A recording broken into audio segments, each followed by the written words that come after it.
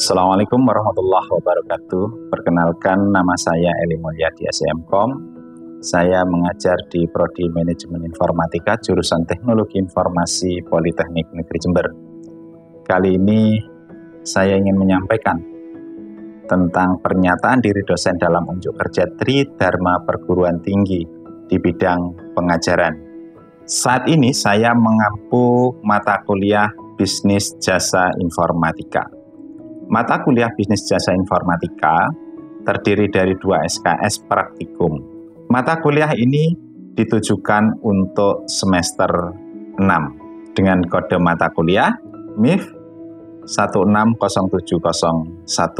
Deskripsi singkat dari mata kuliah ini adalah bahwa mata kuliah Bisnis Jasa Informatika mengenai proses pembentukan mentalitas atau karakter seorang teknopreneur, mengidentifikasi peluang usaha, pembuatan rencana dan pengembangan bisnis yang berbasiskan teknologi informatika. Pada akhir perkuliahan, para mahasiswa memiliki pola pikir seorang teknopreneur yang mampu mendesain proposal bisnis dengan memanfaatkan peluang bisnis, ide bisnis, dan teknologi untuk kemudian merancang startup bisnis. Materi pembelajaran atau pokok bahasan terdiri dari yang pertama adalah memahami apa itu bisnis jasa informatika.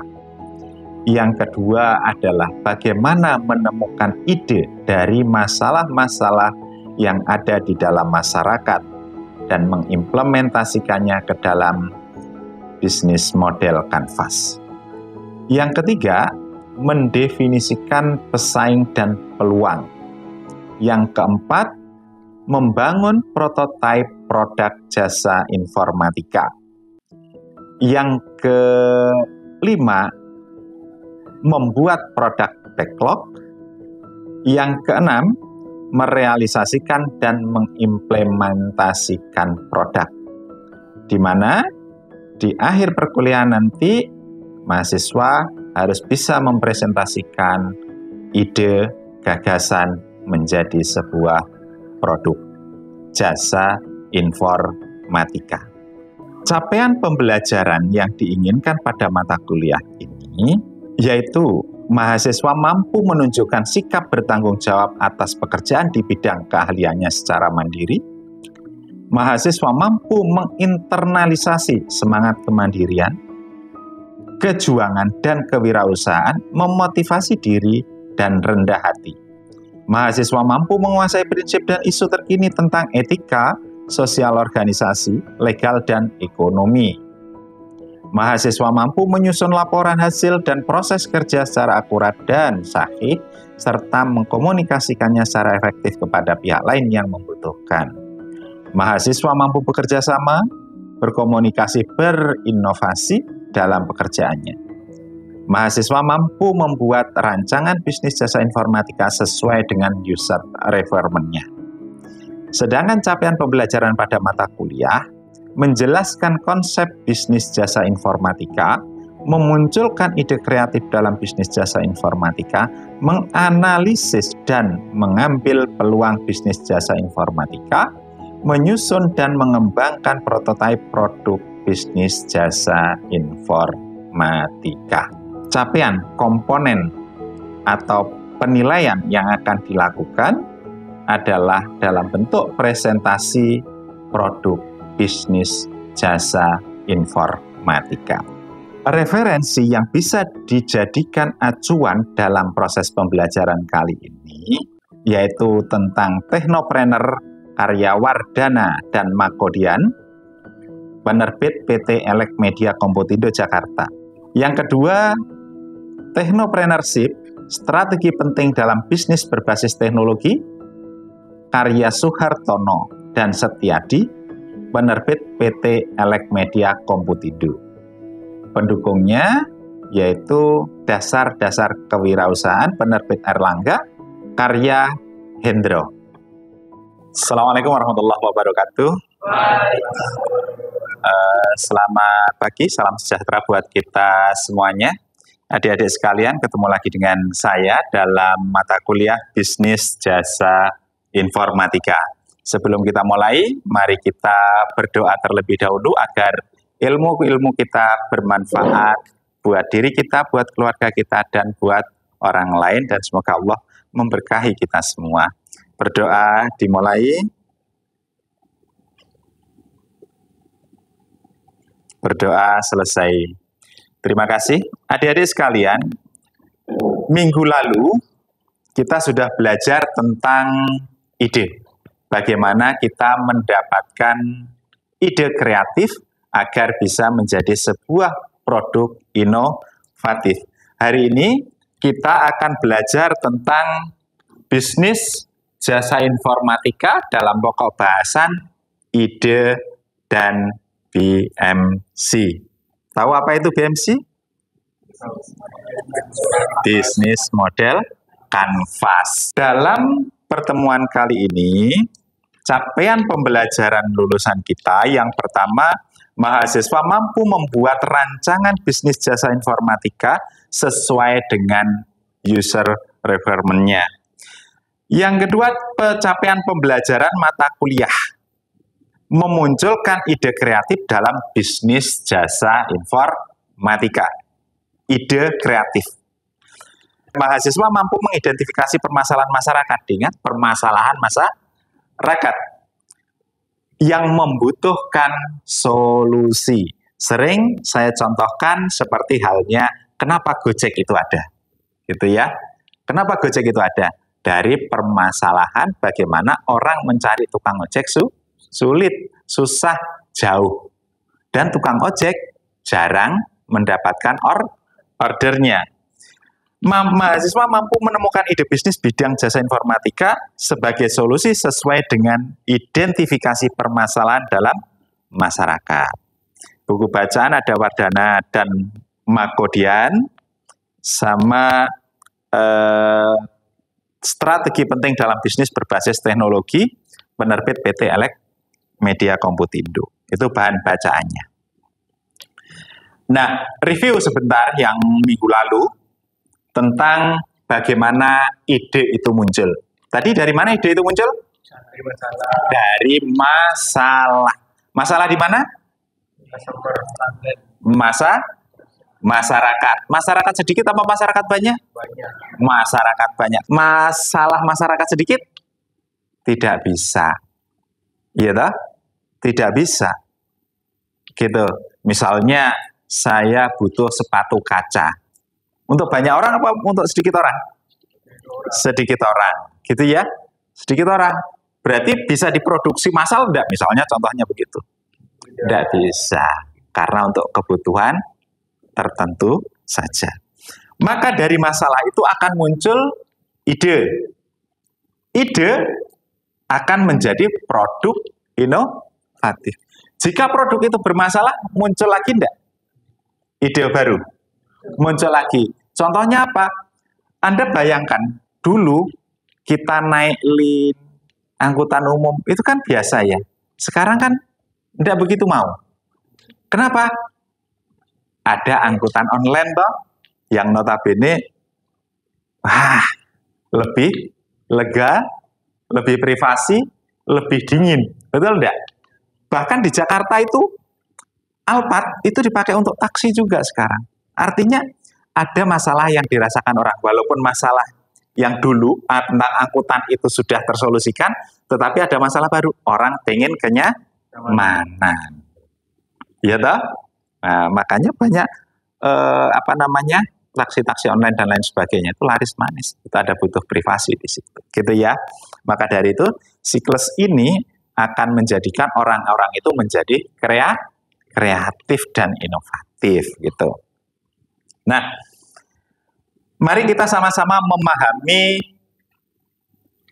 BMC, Business Model Canvas, untuk menuangkan ide kreatif agar ide kreatif menjadi produk yang inovatif, laku dijual, laku di pasaran. Jangan sampai idenya kreatif, produknya inovatif, tapi kita tidak tahu mau dijual kemana. Gitu. Makanya dituangkan di dalam apa dulu ini yang sederhana? BMC. BMC adalah alat strategis yang membantu Anda memahami dan memvisualisasikan model bisnis Anda secara komprehensif menyeluruh. Karena ada 9 blok. Ada 9 blok. Mulai dari pendapatannya sampai cost-nya, biayanya. BMC memungkinkan Anda menganalisa dan mengembangkan ide inovatif untuk bisnis Anda. Nah, ini agar diketahui tidak oleh kita saja yang punya ide, tetapi oleh tim kita. Jangan sampai tim kita tidak tahu visi misi, terus produknya apa, nilainya apa, bagaimana cara distribusinya, bagaimana cara mempertahankan. Kan kalian juga dapat mata kuliah CRM, Customer Relationship Management. Ada hubungannya dengan BMC itu, gitu. Nah, ini dia 9 blok dari bisnis model kanvas. Diingat, ide itu munculnya dari mana? Masalah. Masalah siapa? Masyarakat. Maka, membaca bisnis model kanvas dimulai dari customer segment. Diingat, dari customer segment. Karena produk harus memenuhi kebutuhan masyarakat. Baru kita harus tanya nih, setelah analisa kita harus tanya, sebetulnya masyarakat ini butuh apa sih? Oh, butuh kaos kaki. Oh, butuh kerudung. Ya kita buatkan. Kalau kita buatkan, atau misalnya orang sekarang butuh IoT di bidang pertanian. Ya, smart. Ya, untuk pertanian, smart farming, untuk pertanian, bahkan peternakan juga, ya tak? Maka kita harus buatkan itu. Gitu. Apa munculnya? Value proposition. Di situ, di angka berapa? 2. Jadi, kita tahu masyarakat butuh apa, buatkan produknya. Jangan idealis kalau bisnis. Idealis saya pengen buat. Kita tidak sekuat Apple. Kalau Apple kan memang idealismenya yang dijual waktu itu. Siapa namanya? Steve Jobs. Idealismenya yang dijual. Makanya pasarnya pasar khusus. Gitu. Mahal toh? Mahal. Karena yang dijual idealismenya untuk memenuhi kebutuhan orang. Kalau kita mau bersaing seperti itu, tidak bisa lah. Kita kan dari UMKM, dari yang kecil. Gitu. Nah, setelah kita membuat produk, maka kita harus tahu channel bagaimana menyampaikan produk kepada konsumen. Terus jangan lupa, konsumen harus diikat supaya tidak kemana-mana. Ya, harus diikat. Bagaimana cara mengikatnya? Nanti ada di slide-slide berikutnya. Ya. Bagaimana mengikat? Artinya apa? Jangan sampai konsumen pindah ke produk lain. Gitu. Dari kegiatan itu, maka kita akan mempunyai yang namanya pendapatan. Di situ ada revenue stream nomor 5. Benar ya? Revenue stream nomor 5. Nah, dalam proses produksi, menjual, apa kita hanya mendapatkan uang saja? Tidak. Pasti ada proses-proses yang membutuhkan pembiayaan gitu ya. Ada nomor 6 itu key resource-nya apa, key activities-nya apa, key partners-nya apa, sampai cost structure-nya. Artinya pembiayaannya seperti apa. Apalagi di bidang jasa informatika. Sama enggak dengan produksi yang lain? Produksi sepatu misalnya. Kan enggak sama. Mengidentifikasi segmen pasar, pelanggan. Yang pertama yang harus Anda lakukan adalah targeting pasar. Identifikasi dengan cermat segmen pelanggan potensi Anda. Pelajari demografinya, pelajari psikografinya, perilakunya. Jangan lupa itu. Lokasinya. Ya, lokasinya juga harus difahami tempatnya. Saya kalau menjual program, menjual software di bisnis jasa informatika, saya juga melihat apakah orang itu mampu membeli atau tidak. Kalau misalnya UMKM, saya harganya lebih ringan. Itu. Lebih ringan. Kalau yang perusahaan besar, saya bisa jual mahal. Gitu. Saya bisa jual mahal. Jadi mengikuti karena jasa itu sangat fleksibel dalam menjual. Yang penting tidak rugi.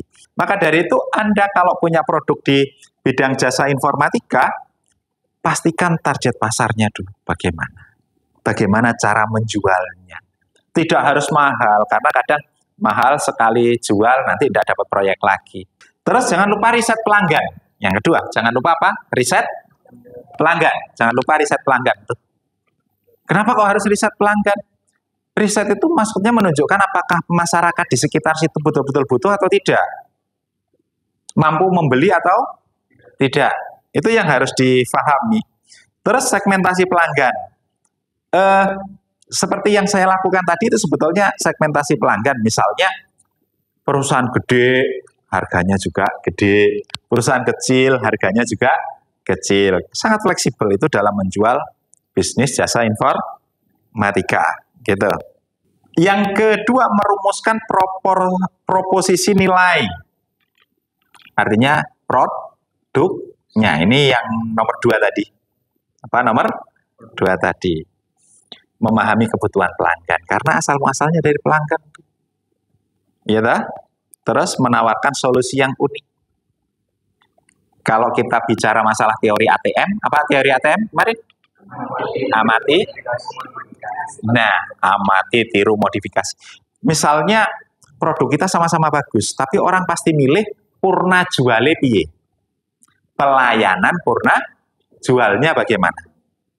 Nah ini, mengomunikasikan nilai, komunikasikan proporsi nilai secara jelas dan menarik kepada pelanggan. Gunakan bahasa yang dapat dipahami dan terfokus pada bagaimana produk atau layanan dapat memecahkan masalah mereka.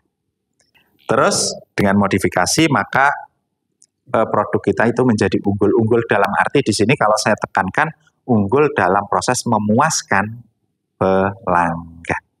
Itu. Yang ketiga, menentukan saluran distribusi. Kita bisa jualan pakai website online? Bisa enggak? Bisa. Orang bisa pesan enggak lewat website? Bisa juga. Pakai aplikasi mobile? Bisa enggak? Bisa juga. Ada mitra penyalur. Contohnya misalnya konsultan IT, perusahaan teknologi. Seperti kami kemarin itu berkolaborasi dengan CV lain gitu misalnya. Terus, jangan lupa, ada bagaimana mempertahankan pelanggan. Berartinya apa? Bagaimana membangun hubungan dengan pelanggan. Itu, bagaimana membangun hubungan dengan pelanggan, mendengarkan kebutuhan pelanggan. Mendengarkan kebutuhan pelanggan, pahami secara mendalam kebutuhan dan tantangan yang dihadapi pelanggan. Bangun hubungan yang erat dengan mencari tahu preferensi dan harapan mereka. Harapan kita apa sih kalau belanja online misalnya? Diskon. Ya enggak? Gratis ongkir gitu ya. Komunikasi yang efektif. Jadilah mitra yang komunikatif dan transparan. Berikan update berkala dan tanggapan yang cepat untuk membangun kepercayaan pelanggan. Layanan purna jual yang unggul. Ini sudah saya sampaikan tadi. Itu jangan lupa. Apalagi software. Diingat, apalagi jualan software.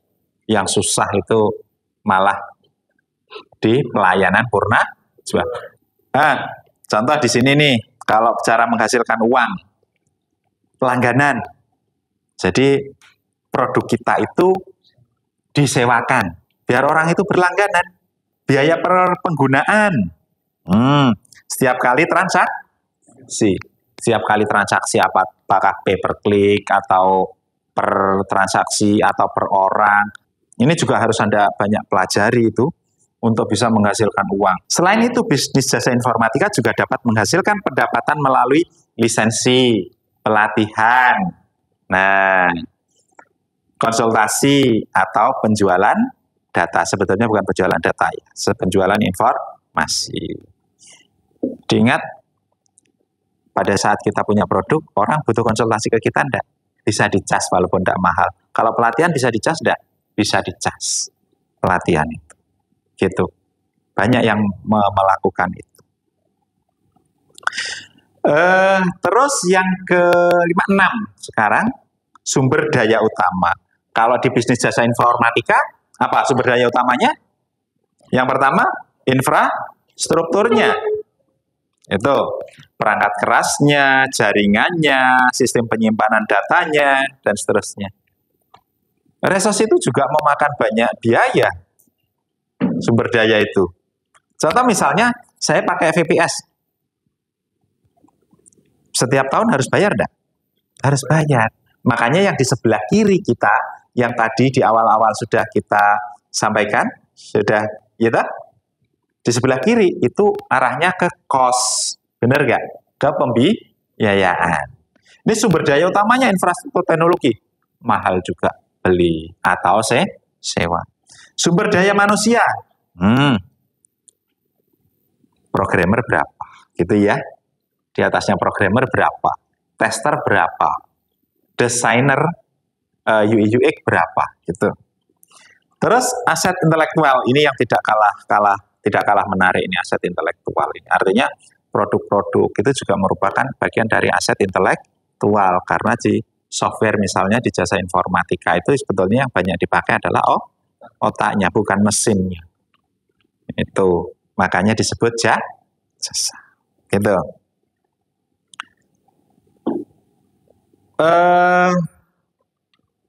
Aktivitas utama. Aktivitas utamanya pengembangan perangkat lunak, layanan dukungan teknologi informasi, sama manajemen proyek. Kegiatan ini juga mengeluarkan biaya karena ada aktivitas di situ. Gitu. Ya, membuat programnya, rentetannya kan cukup banyak tuh. Testernya, ya enggak? Desainernya, gitu ya. Database desainer ya tak? Juga cukup banyak, gitu. Ini aktivitas utama. Mitra utama. Nah, contohnya di sini kalau di jasa informatika ada pemasok komponen, membangun hubungan erat dengan pemasok perangkat keras, perangkat lunak. Jadi kalau kita menggunakan Windows ya berhubungan baik dengan Microsoft, gitu. Vendor teknologi, banyak yang menawarkan tentang vendor-vendor misalnya SMS Gateway, WA Gateway, gitu. Karena kita juga butuh untuk memasarkan supaya bisa lebih cepat gitu. Asosiasi industri ini juga penting untuk didapatkan dan biasanya kalau kita ikut asosiasi biasanya ada iuran. Mengeluarkan uang enggak? Mengeluarkan uang. Makanya ada struktur biaya yang memang harus kita pahami di situ.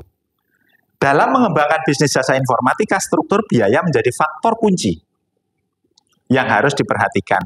Biaya-biaya yang perlu dikelola dengan baik meliputi biaya sumber daya manusia, biaya peralatan dan teknologi, biaya operasional, serta biaya pengembangan produk atau layanan. Itu. Mengoptimalkan struktur biaya ini akan membantu memastikan bisnis jasa informatika tetap berkelanjutan dan kompetitif di pasar. Anda pahami nih, Apple juga sudah banyak PHK karyawannya. Google juga, X juga, gitu ya. Kenapa? Karena mereka ingin efisien.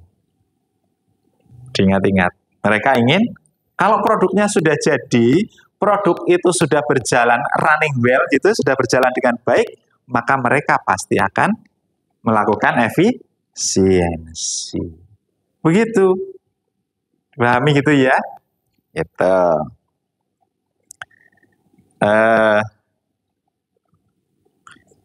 Kesimpulannya, melalui pembahasan menyeluruh tentang bisnis model Canvas, kita telah mengidentifikasi peluang inovatif pada bisnis jasa informatika dengan mengoptimalkan 9 elemen BMC. Kita dapat mengembangkan strategi bisnis yang kuat dan berkelanjutan. Jadi sederhana. Bisnis plan-nya menggunakan BMC itu sederhana. Gitu. Itu yang bisa saya sampaikan, adik-adik sekalian. Monggo jika ada pertanyaan, silahkan diperkenankan. Ada yang mau bertanya? Silahkan. Siap, namanya siapa? Jadi untuk pertanyaannya tentang target pasar. Bagaimana langkah yang tepat agar bisnis kita itu bisa terus bertahan, agar bisa terus berjalan. Jadi cara untuk membangun kepercayaannya kepada pelanggan itu seperti apa?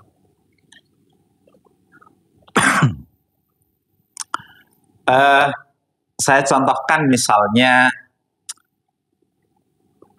Tokopedia, TikTok. Oke ya. TikTok berjalan saja dulu, gitu. Padahal ada aturan yang ditabrak. Bener ya? Tapi kan pelanggannya sudah terlanjur banyak nih. Bener enggak? Pelanggannya sudah terlanjur banyak. Jika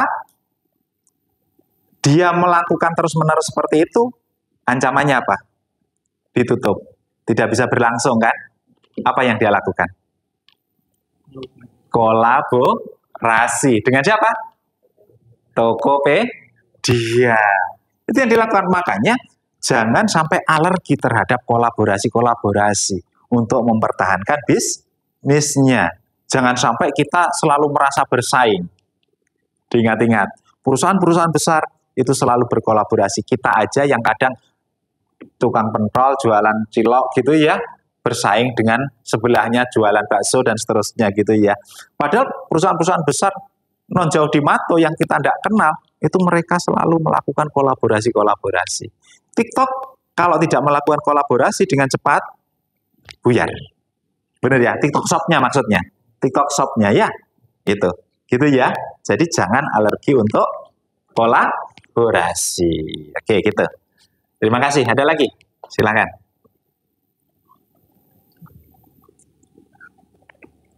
Ya, silakan. Nama? Saya Ahmad Maulana Rio. Oke, Maulana. Silakan. Rio, Pak. Hah? Rio. Aduh, ganti lagi. Silakan. Rio.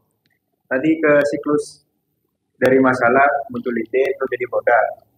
Nah, ketika bisnis jasa informatika itu setelah menghasilkan aplikasi atau sistem, bagaimana ketika siklus masalah ide produk itu tadi tidak menghasilkan inovasi yang efektif? Bagaimana caranya kita itu para bisnis jasa informatika menghasilkan ide yang inovatif tapi efektif? Ya, selalu dengarkan keluhan dan harapan pelanggan. Selalu dengarkan keluhan dan harapan pelanggan. Dari mana? Kalau kita pernah belajar CRM, bagaimana memberikan tool?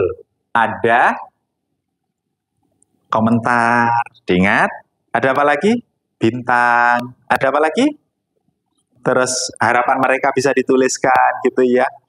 Berilah kesempatan orang itu untuk ngomong dan kita punya data untuk itu. Jangan jarini. Tapi pada sistem kita, pada bisnis kita, buatlah layanan untuk mendengarkan keluhan dan harapan mereka. Pasti inovasinya akan menjadi luar biasa. Dulu Gojek hanya Gojek saja. Kenapa ada GoMassage? Kenapa ada GoTik? Kenapa ada GoFood? Kenapa ada GoSend? Selalu mendengarkan keluhan dan harapan mereka. Kenapa ada pilihan drivernya perempuan? Iya toh? Mendengarkan. Gitu. Jadi bisa memilih. Oke adik-adik semua, tugasnya adalah membuat BMC sesuai dengan ide yang sudah ditemukan oleh adik-adik semua, dikumpulkan minggu depan. Gitu ya? Oke. Sudah ya? Cukup ya saya pikir ya? Oke. Adik-adik sekalian, terima kasih banyak untuk pertemuan kita hari ini. Mari kita akhiri bersama-sama dengan bacaan Alhamdulillahirabbil alamin. Untuk yang beragama lain menyesuaikan ya, mohon maaf. Gitu, terima kasih banyak. Selamat siang. Assalamualaikum warahmatullahi wabarakatuh. Demikian yang bisa saya sampaikan. Terima kasih.